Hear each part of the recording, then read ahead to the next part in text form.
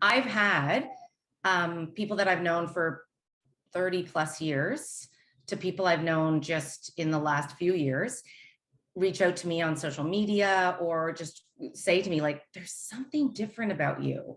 Like, what are you doing? Or I've had people that have known me for 30 plus years and they'll say, you're back. You're back. The person I, knew before, your spark is back. Your eyes are sparkling. Like there's something about you that's back. I was at a point in my life where I was miserable, emotionally, mentally, physically. I felt really lost. I felt really unappreciated in my relationship. And I had tried to do some things to fix that, to get counseling together, and nothing was working. So I decided that I needed to do that on my own. And through that process, I decided it was time to leave my marriage, and which I'd been with this person for 17 years, and we had a child.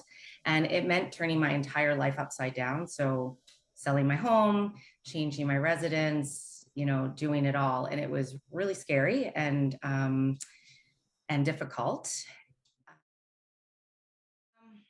I think over time, things kind of creep up on you, especially being women, but men too, but a working mom. I had a lot of, and I'm realizing now, things that were programmed or thoughts that I had that I carried on since I was a child. And I've really been through the brain training. I really realized that like those thoughts that I thought were absolute truths were not the truths.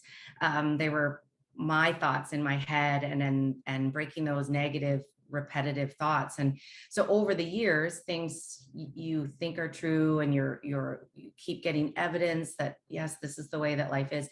And so I can't pinpoint a time that things started to go bad. I think it's an accumulation of just life hits you. And the pinnacle for me was during COVID, which I think a lot of people realized, like, and reevaluated and looked at life. And I looked at my situation, and I had found myself in a relationship where I had no support. I was doing everything. I was working full time. I was looking after our son. I was doing everything in the home. And I felt completely unseen and unheard. And that's when I realized, like, we have one life. And I've been always looking for my purpose and, looking for things. And I realized ultimately all I wanted was happiness and to feel joy. And I'd been looking for it externally for my entire life. And that gives the power to someone else to take it away from you. And it was then that I realized I needed to do something different. I needed to feel that feeling inside that could easily be taken away from me. I needed to find it for myself. And I just looked in the mirror one day and thought, I don't recognize this person anymore. And I had to do something about it. And I had a little person who was watching me. And I realized that's where he learns about life and about happiness. And it was my job to parent him from a place where I was happy and content and whole. And through brain retraining, I've realized that to do that, I need to find that inner self that can reparent the parts of me that I'm carrying forward in life. And so that's been the journey, is going back and loving those little parts of me that didn't get what they needed. And it sounds weird to do, but it's so rewarding. Like it's so empowering because I can do it and I don't need that external validation. I'm looking at my camera here, and I'm 47. And this has been the first time, like these last few months from after starting the sessions, it's the first time that I look in the mirror and I see beauty. Like I look at myself and I think, wow, you're actually attractive. Like you're beautiful. I didn't see that before. I would look in the mirror and see someone I hated and I couldn't get away from them because they were me. And like, I just think, why did I think that and waste so many years beating myself up? And yeah, so anyway, that's my little soapbox, is that I just want to give back those years to someone else, and let them not go through that. Mm-hmm. But I'm thankful at 47 that I've, reached that. And I've even tried, my mother is 79 and she's been profoundly sad and not experienced joy since she was 40 or before. 40 is when I noticed it and I was old enough to articulate it. And I'm at her to go and she'll say, oh, well, I'm too old. I said, you're never too old to be happy. You're never too old to, make that investment in yourself. If you live 5 years, 10 years, 1 year, wouldn't it be great to live it in a place of peace? Where you're not in this internal struggle with yourself. I have had a long history of going to traditional talk therapy, particularly when I was in a crisis. So my heart got broken. I was, not getting along with having struggles out at work or with family. And I would go for so many sessions and then I would feel better and I would stop. But I never got to the core underlying stuff.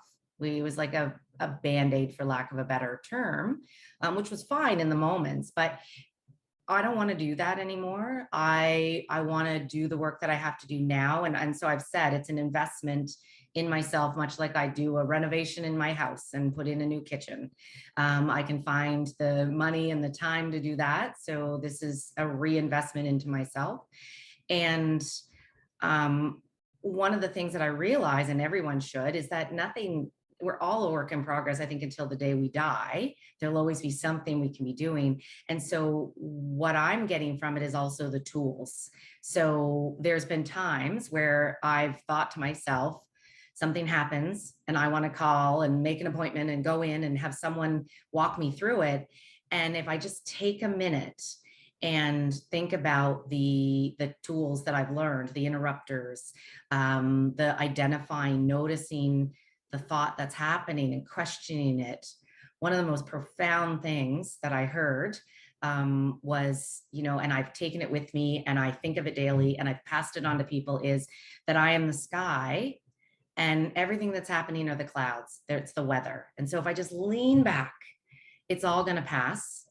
And we have clouds and rainstorms that go by and then sunny weather that comes. And so just taking that moment to pause and think, what I'm thinking right now, the negative thoughts, the thoughts that no one will love me or no one will, or this is too hard, that's just that moment in time. And is that really real? Is that just my brain, which is really not real? Like, is it just the thoughts that I've created? So the tools are the biggest piece, that in between doing the actual deep dive, that I think you really need someone to walk with you on that journey, to keep you on track, to question, to ask the hard questions. And when you think you have an answer, ask another question, because it's that what's underlying, like where is that coming from and what's underneath of that. And there's been things that in one session, I remember being asked, what's the worst memory that I have? And this instant memory popped into my head. And I thought, that's my worst memory, but it's what came up. And so we worked on that. Because I think in those moments when I really let go and just answer the questions authentically, I'm even surprised by my answers, because I spend so much time, and I think we all do, trying to control our reality, and trying to control our thoughts and that sort of thing. And really, if we just let go and listen to ourselves, that's when we really get to what's bothering us. And just the being able to feel better and not have those anxiety feelings when I'm presented with a situation. I'm able to step back and make a different choice. I recently got into another romantic relationship that wasn't right for me.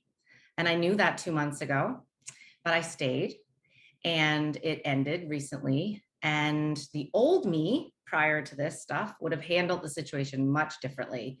It would have been a personal attack on me. It would have been that I wasn't good enough, that I wasn't worthy, and I was able to really step back out of those negative thoughts and think, this isn't about me. This is about where that person is and where they're able to meet me and what's going on in their journey. And, one person doesn't determine my worth. And I was able to actually see all the wonderful, grateful things that I got out of that interaction with that person and the growth that I could take from that. So that wouldn't have been the way I would have approached that even a year ago or 6 months ago. So it's been able to give me that kind of confidence and that kind of, not that it didn't hurt and not that I wasn't sad, but the sadness didn't stop me in my tracks and take me back to a place of self-deprecation. It made me look at things differently. And I even celebrated, hey, I didn't handle that the same way. And so I met this person. I was really excited, kind of jumped into this relationship and quickly stopped pouring into my cup, stopped pouring into myself, and started putting all my energy and attention into his journey. And I went right back to that person who wants to fix and love and help the other person, when really that's what I'm craving and what I want and what I need. But I'm not giving it to myself. I'm giving it to someone else, hoping that they'll give it to me. And I could have seen that as, oh, look, I'm right back where I started. But I wasn't, because I was able to articulate that and say that. And I said, I just don't feel the same as I did back then. And it was with Patty that she said, but you're not giving off the same vibe because you're not pouring into your own cup anymore. And I thought, you know what? She's absolutely right. I stopped doing all the things that I wanted to do and made time for this other person. I actually even gained some weight and wasn't doing the same self kind of care or the same thing. So it really opened my eyes that I can't let go of that at any point. I got to keep my eyes on the road, and I need to make sure that I'm always pouring into my cup to the point that it overflows, and the overflow can go to someone else.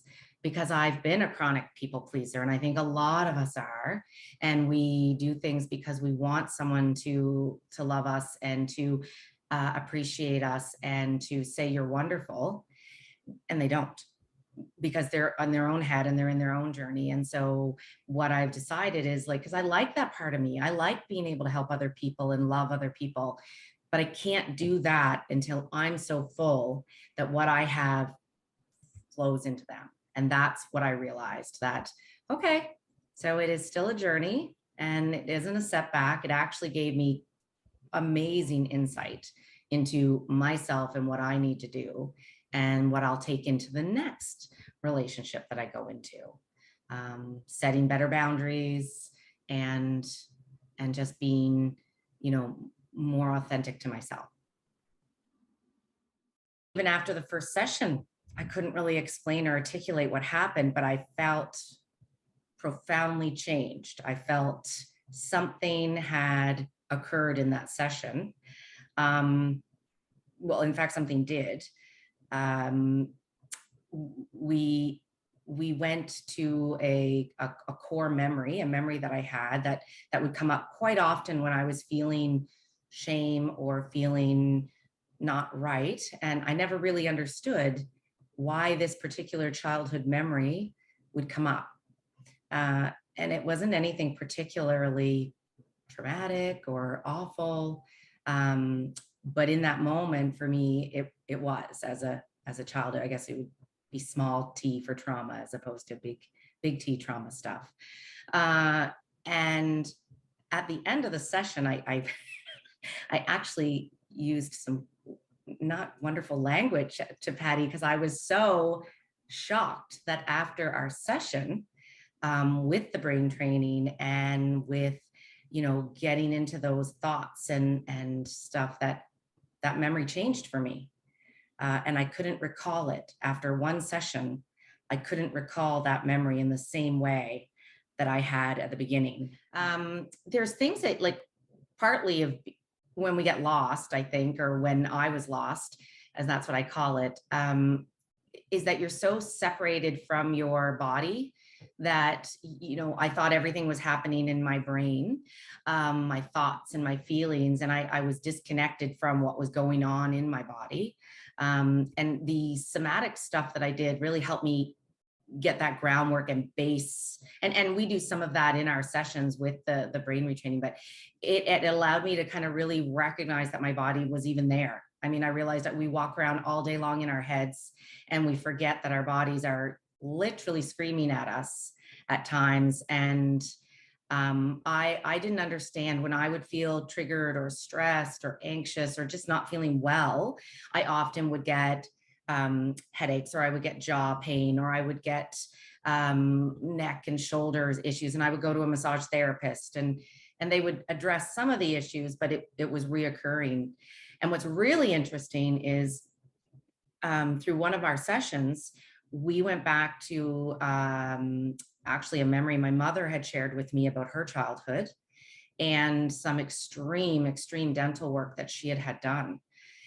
And I didn't realize the impact as a small child that her sharing that story with me had imprinted on me. And we happened to uncover it in one of our sessions. And so we spent some time exploring that, and me actually going back and supporting my young mom. And what's really interesting is I don't have that reoccurring teeth and jaw ache when I'm anxious now, because I would often, if I got stressed out or I got anxious about something, I would say like I just feel my jaw, and I'd want to really support my face and really rub my face. And it was a few weeks ago that I realized that, like when I get upset or stressed now, I don't have that same intense feeling in my jaw. For a long time, I wasn't, unless it was covered by my insurance, or, and even when my insurance would run out, I would stop maybe going to counseling or stop doing it. And this year, I mean, I'm 47, and I feel young. I don't feel old. I feel like I've got lots of years left.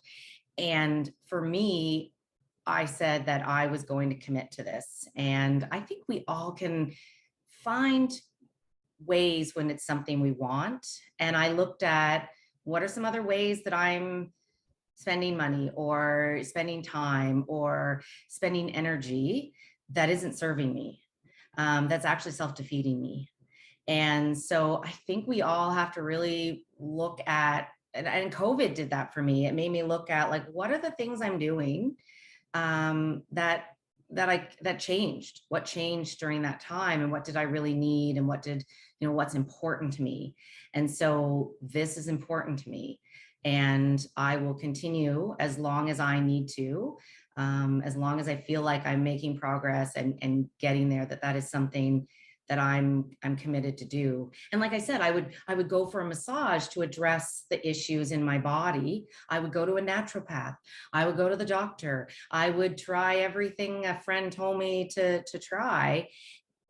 And again, I really feel like I wasn't getting to the underlying core reasons for those things.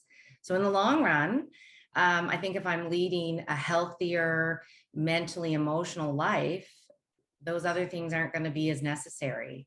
And, to get into a place where I am loving myself authentically and taking care of myself and feeling worthy, and attracting the right people in my life and doing the things that are healthy as opposed to a punishment to myself, like all of those things will, in the end, will pay out. So we might not see that right in the beginning, but I think in the long run, I've been able to see that that's where the investment is and that's where it's worth it. I would do it for my child. So why wouldn't I do it for me? I would do it for my partner or my mother. So why wouldn't I do it for me? And I think we often, will pay for makeup or a new dress or something to make ourselves feel better. And those are all those external things. And going in deep and doing that internal stuff, I think is the best investment. So I can be a healthier, happier mom, friend, and partner. Where I was before, it wouldn't have mattered if the perfect, most amazing, wonderful person showed up in my life. I wasn't ready to receive them. And so I really feel like I can't put a price on even the progress I've made, let alone where I hope to be. So in our last session, we talked about teenage Sherry and some really awful things that happen with peers and that sort of stuff. And it's very interesting. Growing up, I didn't get a lot of acne. I was pretty lucky. I would get spots every once in a while, but I wasn't a kid that had a lot of acne. But I always got acne on my chest. And I would always get acne right here. Wow. Always get a very big acne pimple right there. And it would last and wouldn't go away. And I haven't had one in, oh my God, 25, 20 years. I haven't had any acne there. After our session and me going back and really sitting with 16-year-old me, I got acne there. Wild, eh? And I'm like, what? I haven't had that in years. But I think it was going back and bringing up those memories and bringing up and being with that part of me that acne came out. It's mind blowing to me, but it was the first time. I would never have connected that before. I would have been like, oh, look, I got acne. But like to be in that moment and think, that is too cool, that part of me is the part that I'm healing right now, and the part that I'm trying to support and tell her like it gets better, it's okay, and you're going to be wonderful, and those people don't matter, and and all that stuff. Like to have an acne come out in my physical body in relation to what's going on in my head. And some people may say that's just a coincidence. There's no separation, right? They're no. Yeah, it's not a coincidence. Crazy. It's just that we're so disconnected from our body that we don't connect what's going on in here and what's going on here. Well, you are. I am. And I want other women to. I want other women to see that, what's going on with their gut or with their, all kinds of things are not things that we have to suffer through, like even menopause and that sort of thing. I see a connection with all of this in being able to just live healthier with dealing with those emotional things. I guess our hope is that we raise children that don't have to recover from their childhood, right? Like that their journey is less and less and less as we go along, and that I'm not passing on my intergenerational trauma to him, but just hoping that for the next, I think we focus on money and assets and things that we can give to our kids. But I think having a healthy outlook and just a healthy self-esteem and being able to weather that stuff is far more important than having all the money and that sort of thing. Although they'll need that to buy a house to live in and that sort of thing. But yeah, like I want to give him those tools that he hopefully isn't struggling with the same stuff in his life. Yeah, well, and the more tools that he has like that, the easier the rest of his life is going to be, right? Yeah. And the more regulated my nervous system is, and that's the other thing I would say to moms out there, like, we run around with this dysregulated nervous system and all these thoughts of, we're not good enough going on in our head. And we think our kid doesn't know, but their nervous system is tapping into ours all the time. And so we're passing that on without them even understanding. And so, I often try to be really aware of what's going on in my body now and what's going on in my thought process, and then try to take a minute to just regulate myself before I enter into those interactions with him. And again, that's the stuff. It's just having those tools to be able to parent differently, to approach every relationship differently. But also just him seeing the journey that I've been on. And, he may not understand that I'm going to counseling and that sort of thing, but we talk about the fact that, he doesn't like having to go back and forth between two homes. And I just sit with him, make space for that emotion, let him be sad about it, ask him, other than us living together with his dad, like, what can mommy do to help it be better? And just kind of help him approach that with that positive outlook, is that, yeah, it sucks that we don't, but it wasn't healthy, and mommy wasn't happy. And this is what had to happen. And then not beating myself up about it afterwards, because that's, I think, the biggest thing about the whole process as a woman is you worry about what you're doing. But when I look at the woman I was 2 years ago in that relationship,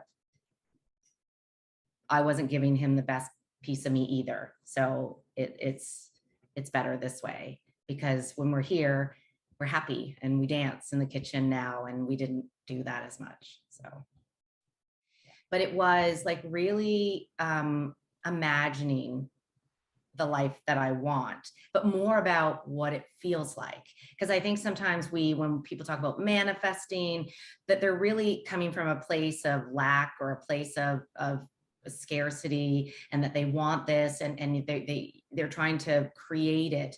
And really, I don't know what my future is going to look like. And that makes me a little excited at times, where I used to dread before. But it doesn't matter to me what it looks like, as long as I have that feeling. And what I'm looking for is that feeling of contentment, the feeling of just feeling whole. And I don't know always, I think that's different for everybody, but it's hard to explain. But so one of the things that I, after our session, some of the homework or the things that was asked to do was, really go to a place where I'm, especially if I've had an anxious something happen, or I'm feeling anxious about the future, is to really just take a moment, sit with that, and then go into visioning what I would look like, what I would feel like, what life would be like, just having some time of just feeling the flood of that, whatever hormone or dopamine or serotonin or whatever it causes or creates, but just having that feeling of what I would feel like in that moment. And then, even in active, one of the things that we do is I squeeze my wrist and I say peace, and go into that. And I know that that's a technique, and it's something that's actually helping my nervous system and my body and my brain connect that feeling with a reality. I can't always explain that, but that's the kind of stuff that I see. So, like I might have said earlier, is that before, if you asked me, even 5 years ago, 2 years ago, what are your dreams? I didn't have any. And I really didn't have any. And I would just say, well, I just want to be happy. I just want to have my family, and I just want to do the job that I'm doing, and I just want to be happy. And that sounded wonderful. But I do have dreams. And I think I'd lost contact with them, and I'd lost touch, and just life had beat me down, and my brain had told me that, don't, the thoughts were, don't hope for something, because if you hope for something and you don't get it, then you'll be disappointed. And I focused solely on outcomes, instead of living in the moment. And I heard something profound yesterday that said, right now is the moment that we were dreaming for 2 years ago. So if we're never present in this moment, and we're always dreaming for the next moment, we get to that moment and we still don't enjoy it. So I took a moment and I looked around, and in a pandemic, I left my partner.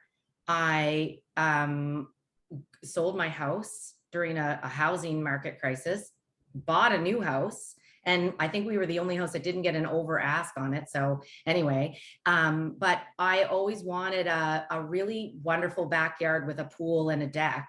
And if I could turn the camera and show you, I have the most beautiful deck and pool. And I've done that myself. And I've made my home this place of safety and security for me, and set up the foundation to do the work that I need to do. And so I've wanted a pool, but it was never something that was going to happen where we were, or my partner didn't prioritize that. And so that I had to sit the other day and realize, and just kind of feel the feels of, well, you got what you were dreaming for. So let's just take a moment and enjoy that. Let's not jump to just the next thing. I organized contractors and excavators and all kinds of people to get this done, and did it myself, and felt really empowered by it. And when I would start to say, you can't do this, I would interrupt that with a stop. Nope, I can do this, and I will do this. And so it's like there's two people inside of you sometimes, and you got to knock the other one down a bit. So for me, I am working on, this is a current goal, is not trying to be so focused on the outcomes. So even being present in a relationship, I focus on who that person could be, or what, what our life's going to look like together. And I miss what's right in front of me.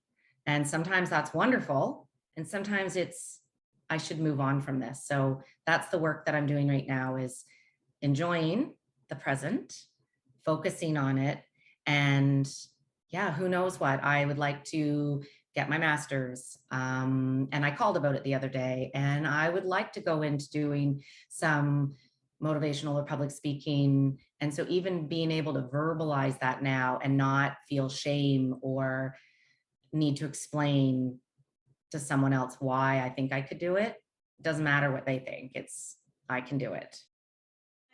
I met this girl recently, and she's on her own journey, and we kind of chatted and whatever. And I was telling her about Patty. Actually, I think she's coming. I think she's made an appointment with you where she's coming.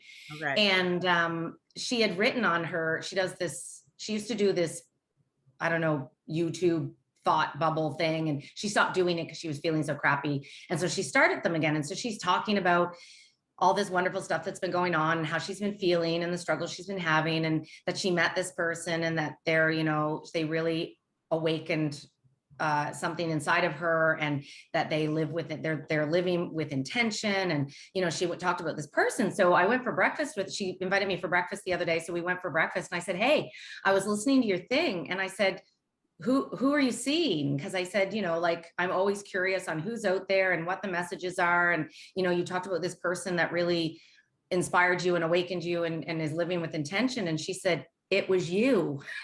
I was like, what? She's like, it was you.